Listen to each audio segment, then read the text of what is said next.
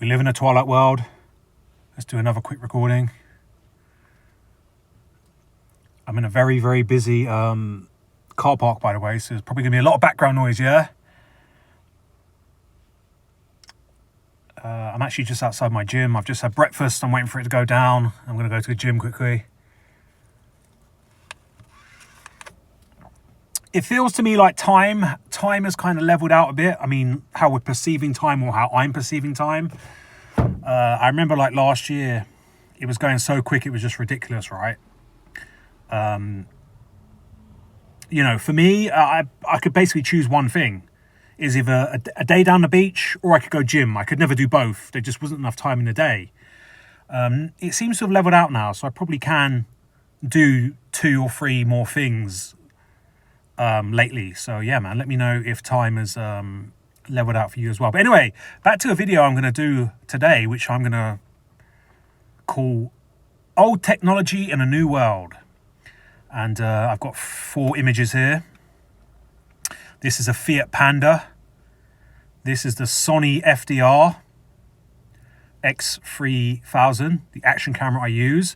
This is an iPhone 8, the iPhone I use. And this is that fucking, you know, the recent headset that everyone's going mad about. Everyone's going wild about, which is obviously going to be a nothing burger. It's not going to take off. It never will. But I spoke about this in like my last video. You know, this is nothing new. This is just a phone strapped to your head. There's nothing that wow about it. Maybe if you're a proper geek, you might be interested in this kind of thing. And of course, you know, one of the newest kind of arms of the economy is YouTube and social media, right? And there's a certain bunch of people that make their living on like checking out new products online on YouTube and stuff. So the YouTuber world will probably all be getting gifted this by Apple to review, and so on and so on. So yeah, it might appear via like the Black Cube reality via internet that this is going wild. But if you actually just go and walk down your local street, you will not see this anywhere. You'll be very, very lucky if you do see it. If you live in a city, you might catch a paid Apple employee deliberately wearing one on a public transport, you know, as a marketing technique, right? To make it look like they're taking off when they're not really. Anyway, this video is not really going to be about that. I just threw that in the mix just to balance this out.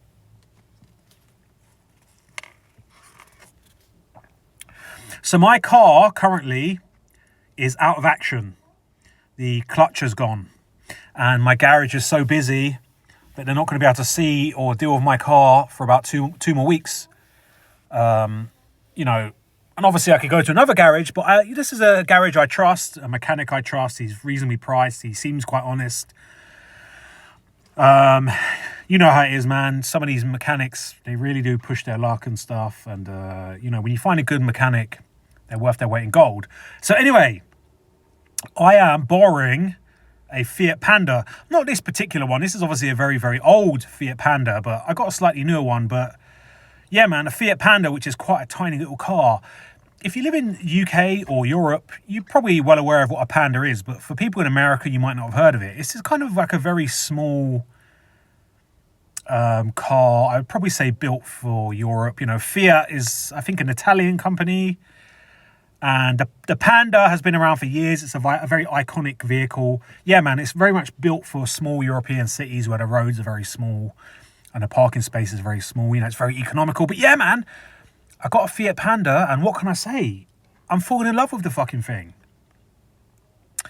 You know, the first day I was driving it, I'm thinking, oh, this is shit. You know, it felt weird because it's new to me. But after like 24 hours later, after driving it, you know, I'm thinking, this is actually a fucking great car.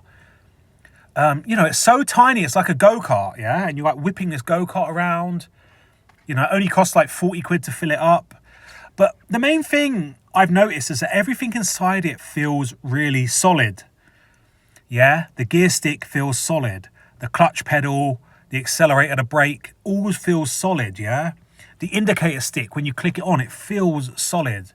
When I slam the door, it feels solid. When I lock it, it feels solid. The boot The boot hatch feels solid. The seats feel solid. Everything about it feels solid. It's a great bit of kit, you know. And that's all you want really in this world, isn't it, really? Once you let go of things like having a car to impress people and all that kind of image that comes with a car, you just want a car that's going to work and it's quite solid. Like, you want a tank, right? And to be fair, my other car that's kind of out of action now was a tank. It's done 150,000 miles. And this is the first problem it's had, yeah? It's a Toyota, by the way. So I can't knock that car, but, you know, it's a tank, but it's not invincible. But anyway, it's just this is just a great car, right? And a lot of people, I mean, the average Joe or Jane would probably take the piss out of you for having a Panda, right? Obviously, people are taking a piss out of me, like having a little joke because I'm such a big guy, and then I'm sat in this little car, and they're like, you know, for such a big car, such a big guy, that's a very small car, and so on and so on. And in general, I think snobby people look down upon this car, you know. But it's a fucking great car, right? What an inversion, right? The car that everyone's taking a piss out of, the joke car, is actually a very, very good car. And it kind of wants me, and I kind of want to move over to these two, right? The action camera I use and the current phone I use, yeah? Now, this is the Sony FDR X3000. And in my opinion, and in many people's opinion, it's the greatest action camera that exists for multiple reasons, right? Now, I think Sony actually fucked up big time, right? Where they accidentally made the greatest action camera that ever existed. And of course, what have they done? They've discontinued making it. Because it's too good. Nothing else can compete with it. And they don't want something that good, right? This is the whole thing about these markets, right? They don't want something that actually works. They want something that has a slight issue with it and it will break eventually and means you've got to buy a new one. That's the whole kind of dynamic they work on, you know? They sell you phones they know will break in 4 years' time, so you have to buy their next phone. That's the kind of model they work on, and the same with the action camera, man. So yeah, annoyingly, they've discontinued the Sony FDR X3000. You know, you can still go online and find one, for sure, but they're quite expensive because they're almost like a collector's item, and people buy them up knowing that they're worth money and they're going to hold their value.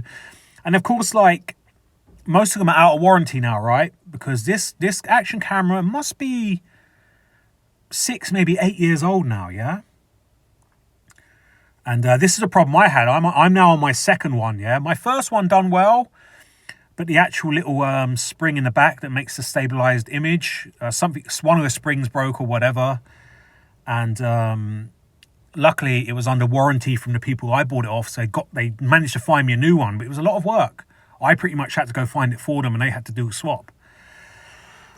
So this is the problem we're facing, right? Because, as I've said many times before, if you do what I do, if you're going to go to a world stage event, you want the oldest bit of tech you can get that's also good, and this is what fits the bill. Now, as for the phone I use, yeah, man, I got an iPhone 8. I'm not going to go into a story of how I got hold of an iPhone 8, but I basically got hold of an iPhone 8. I never wanted it. I never bought it. I just got hold of it. And whoever originally owned it reported it stolen, right? So it was what we call a blacklisted iPhone 8. So I had to go to someone dodgy, and they had to call up their friend up in Apple and you know, punch in some codes, and they had to unlock it for me. But it's blacklisted. I could never put a SIM card in it and use it. I can only use it on like the minimum functions, which is perfect for me. Now, I had this for about 2 years before I ever used it. It was just sitting in my drawer, and then one day I took it out and I used the camera, and I was like, wow. The photography on it was real good. Same with this. Now, it's what I would call raw photography or raw image. That's terminology I'm using. I don't know what a professional photographer would say, but the way I see it is that these two are very good at getting the raw image that I want, and it's that, you know, as close as it can matches what I'm seeing with my eyes. And that's what you want when you go to these world stage events. That's what I need when I do my illusion warfare reporting. Because let me tell you, yeah, I pick up the latest smartphone and I mess around with a camera. And what I see on the screen does not match what I'm seeing with my eyes. The image is really vivid. And it's no secret, right? All of these new modern cameras have AI already fucking with the image. And you don't want that. That's not what we want. We don't want the risk of AI editing our images, right? You know, most of them, you go on that, you know, you go look at the latest Google Pixel advert, the latest iPhone, they brag. They all brag about how AI will clean up your images and alter your images, giving you a perfect picture. I don't want a perfect picture. I want a raw picture that's the most honest. So once again, I don't know how old the iPhone 8 is. 10 years? 12 years? 6 years? No, it must be around 10 years mark. And I noticed that on my last couple of trips, my iPhone 8 is struggling. It's probably the sensors are going or whatever, but you know, it's really struggling to focus. Some of the pictures are very blurry. I think this also has a slight kind of optical image stabilization built in, but that's probably not working anymore. So I've noticed that when I'm walking with this and filming, my footsteps are sending shockwaves through the image. You'll see like a ripple go through the image. The microphone is a bit fucked now. You'll hear a lot of clicking as I'm moving it around, where it's obviously picking up something broken within the microphone.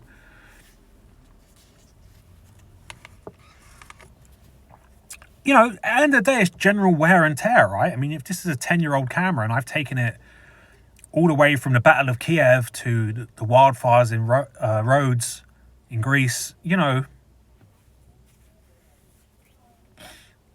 just like my car, it's made up of materials that are eventually going to wear away, right?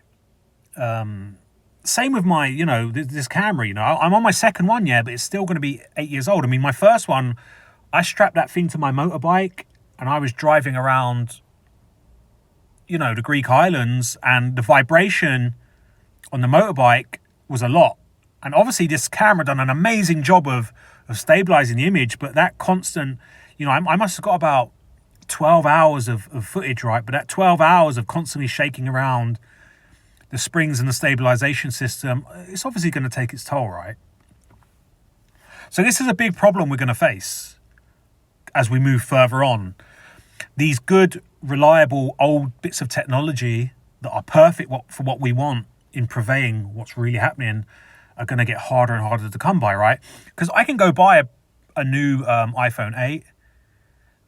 They're still very, very fucking expensive for some reason. Probably because they're, yet again, probably a bit of a collector's item. But yeah, I can go buy a new... Well, it wouldn't be a new iPhone 8. It would be new to me. But I can go buy a second-hand iPhone 8. And it will still have the same problems, right? It will be getting close to 10 years old or whatever the age is.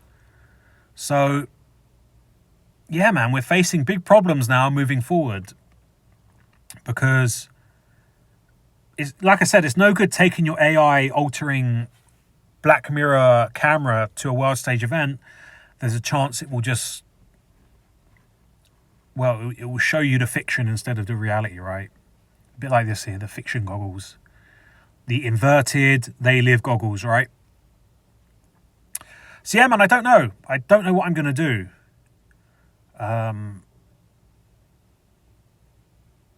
Yeah, I mean, raw photography, that's what we want. We want something that's not got no fucking alterations or meddling involved. Also, I think the next time I go on a trip, I'm going to take with me a disposable camera. You know, the good old-fashioned one where you go and get the film developed. Take a few snaps of that, see, once I get developed, what they're saying as well, okay? But, yeah, man, this is great because, yeah, it stabilizes the image and it does a nice wide... I'm sure you've all heard me talk about, praise this camera. It does a nice wide angle lens. So as long as you're generally pointing in the direction where something is allegedly happening, you will capture it. And Yeah, man.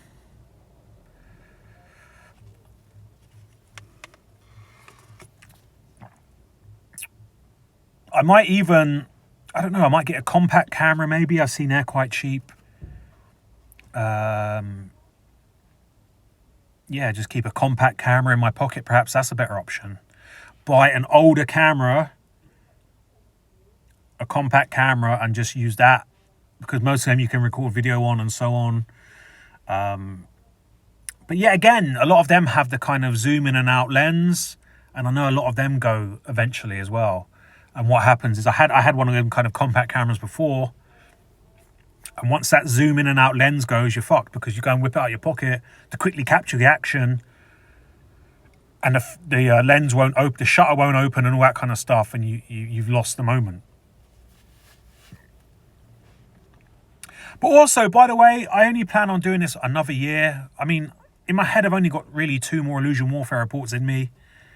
That might change, I don't know. So, who knows? Maybe my iPhone 8 and my Sony will get me through the next 2. I don't know. You know, if in a year's time you still see me running around these world stage events with a camera, you have permission to shoot me, because that's not how you want to live life, man. You want to have no cameras.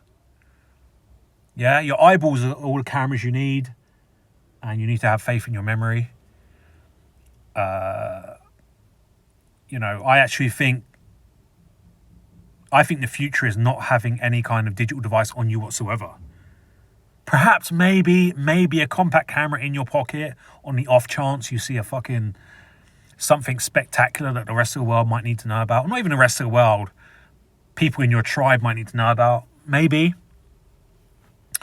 But yeah, I see my future with, you know, just my keys and a bit of cash in my pocket. You know, and that's it. You know, living life. I don't want anyone to think that I'm promoting living life through a lens. I think filming everything is a big problem with reality right now. I think that's one of our biggest problems, is this kind of, you know, what I call people are Truman showing themselves, right? Where they have to film everything. They film themselves at the gym, they film their dinner, they film themselves ranting to the camera. They're constantly taking selfies all the time. They're doing that of their own free will. You may have noticed when you look at my videos and stuff, I try my best not to film people. I mean, sometimes it's unavoidable. You know, if I've got to film something kind of juicy, like a tank or whatever, or some military vehicles that is proving my point, I might accidentally, or have no other option than to put people in it. But in general, I try not to film other human beings, because I don't think it's fair that I'm including them without their permission. I'm kind of with, you know, a lot of these kind of, I don't know, cultures and outsiders that believe it's bad to be taking a picture of yourself because it traps a part of your soul here. I'm kind of with that. I don't think it's a good idea to take pictures of yourselves.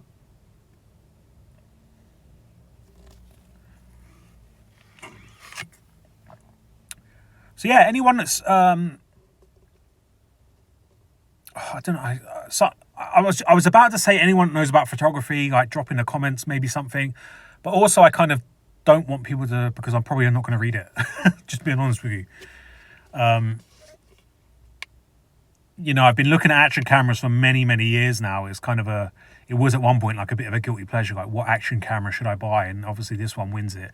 You know, if you go look at all the famous YouTubers out there, especially the travel vlog guys, the ones that are flying around the world, this is the bad boy they use. And they use it for a reason. Because it's that good, right? Everything about it is absolutely perfect. Like I said, man, Sony fucked up in that they accidentally made the best action camera going.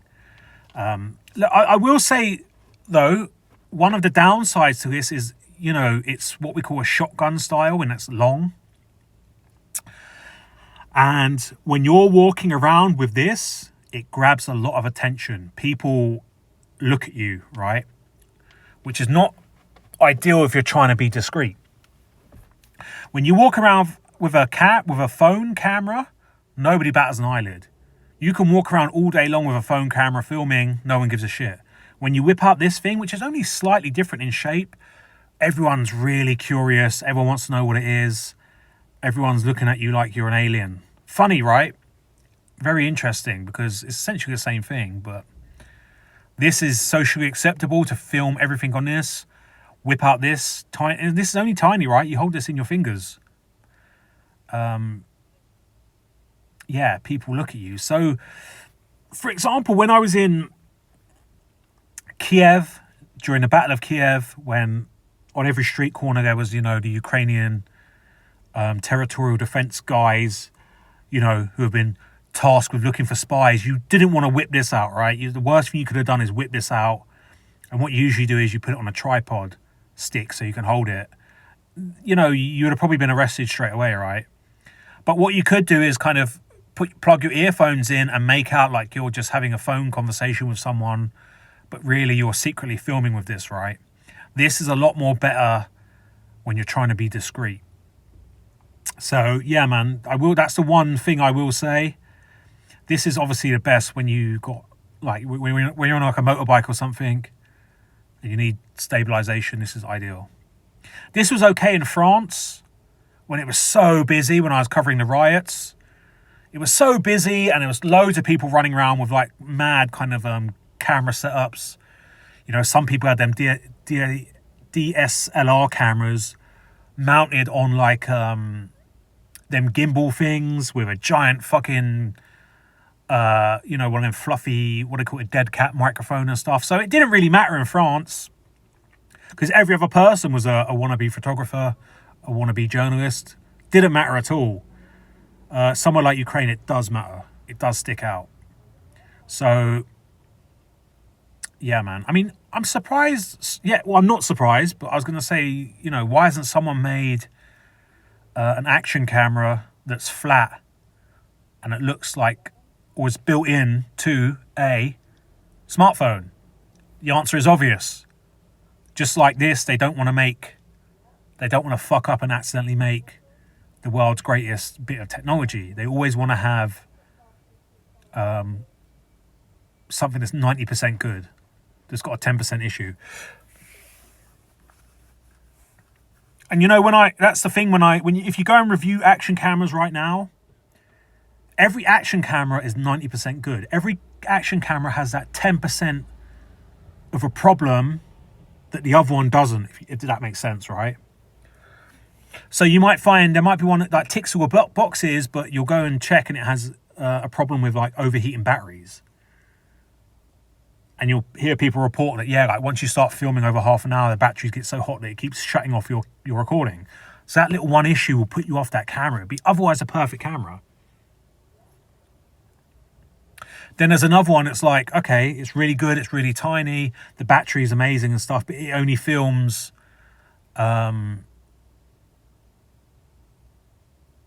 or it's like a GoPro, and you have to buy, if you want any kind of accessories, you have to only buy GoPro accessories, and it's just a nightmare. Like a simple thing like a tripod, you've got to buy the little GoPro attachment and stuff and blah, blah, blah.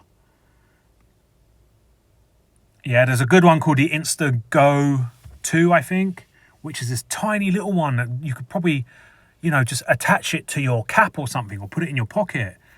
It's that tiny, right? It's like a pen lid size, but it only can record for 15 minutes and the battery runs out.